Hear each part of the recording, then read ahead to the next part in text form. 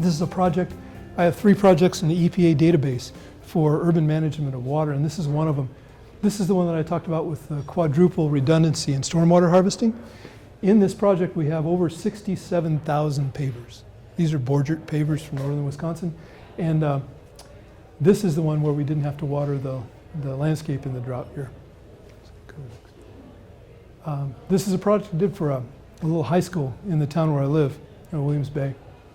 And I did an analysis. I was hired by the recreation group to do this, to produce a master plan for the school. And so as I designed this, everything is tournament legal, all the play fields are right, redesigned the parking, built on what they had, and basically every paved surface you see on here is the top to a subsurface reservoir. So every one of these is harvesting water actively and then mitigating that water, staging it in situ, and then irrigating the adjacent landscapes with it. And much to my chagrin, they just recently ignored this plan. The athletic people are freaked out because they hired an architect to do the plan, and they changed a lot of things. And the architect went to the city and said, you know what? I can't dig enough basins to hold all the stormwater. Is that hilarious or what? You just got to laugh, you know? And I talked to the building inspector. I said, no, you don't have enough surface area to store all the water. And oh, by the way, do you really want standing water in a school environment? I don't think so. That's like attractive nuisance. Why would you do that, right? So anyway, this is all designed. When I designed this system, you can, the 24-hour storm event, or 24-hour duration, the 100-year storm event would have 0 runoff. It's not magic. It's just that wonderful thinking that landscape architects do. That's what we do. We're thinking systems, right? And at this point, I wasn't even thinking about capturing that water to cool the mechanicals or to be potable.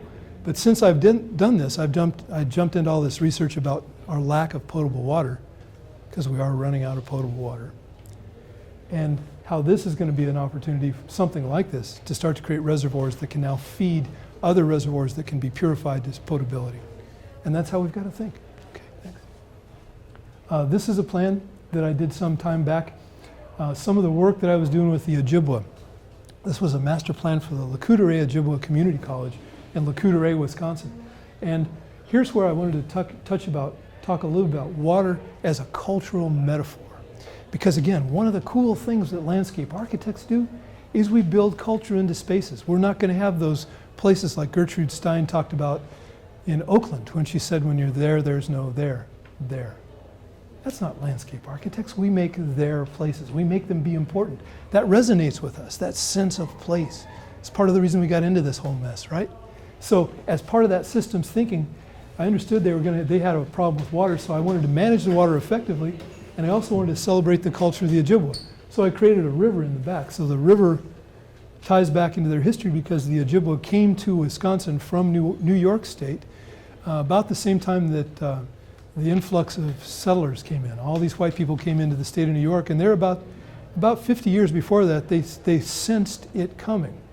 The Ojibwa people have had more female leaders than any other culture in the world. In fact, they've had more rulers, female, than the English have by far. So this woman leader had this vision of going on the river to the place where water grows on the water, or food grows on the water. And so they got in these canoes, and it took them generations. They would stop for a while and merge with the culture, then get back in their canoes and leave. And they finally came to Wisconsin, where at Madeline Island they found the floating rice beds, and that's where the food grows on the water, and that became their center of their universe. So this stream bed up at the top became that riverbed that came through, and it eventually blends through the entire site. So it became part of that celebration, and part of the reason they supported the plan.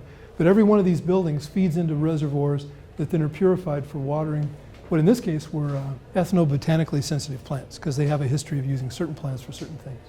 So we can go to this. This is a charrette that we did with the Ojibwa. This was a little bit about water, but more about the culture thing. I like to take a lot of students up to the reservations, and we'll work with different groups on different reservations. And typically their big requirement is population. We need more housing. We've got to find more residences. So we'll always start out, and they always want 5-acre housing lots because that's what they were promised by a treaty some years in the past. And the reality is the reservations are all too small to give them 5 acres. So we'll show them one with a few 5-acre plots on it because they asked for it. Then we'll show them another one with 1-acre plots, and it's still, everything is built. That's usually the project we give to the youngest student because it's the least fun to do. You just draw the lots in, you know. And so, okay, so everybody else is having fun at that point.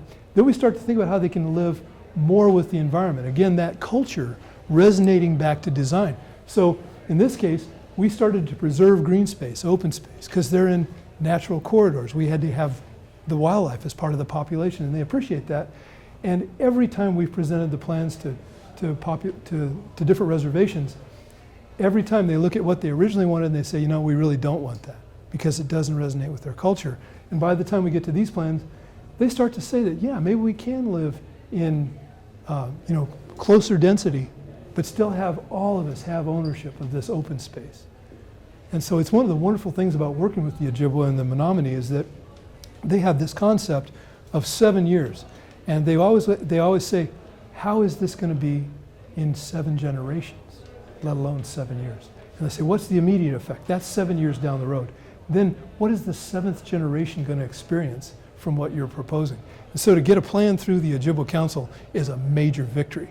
And it's definitely time to go have some serious alcohol consumption, maybe a neck tat, I don't know. But it's been great. It's really, really rewarding to have that happen. And this kind of leads into the end of the presentation. You're thinking, thankfully, we're finally done with this. And that is that when I presented with the architects, there was a Native American there that I work with on the res a lot, and he's an elder. And he showed a picture of a young boy, and it's his grandson. And he's dressed in tribal regalia for the tribal meeting that happens every summer, their powwow. And he's really proud. You can see he's very proud. And the elder was then talking about the different agreements, the treaty agreements, when they had to cede over land. And at that time, there was incredible population of animals, and there was plenty of open space.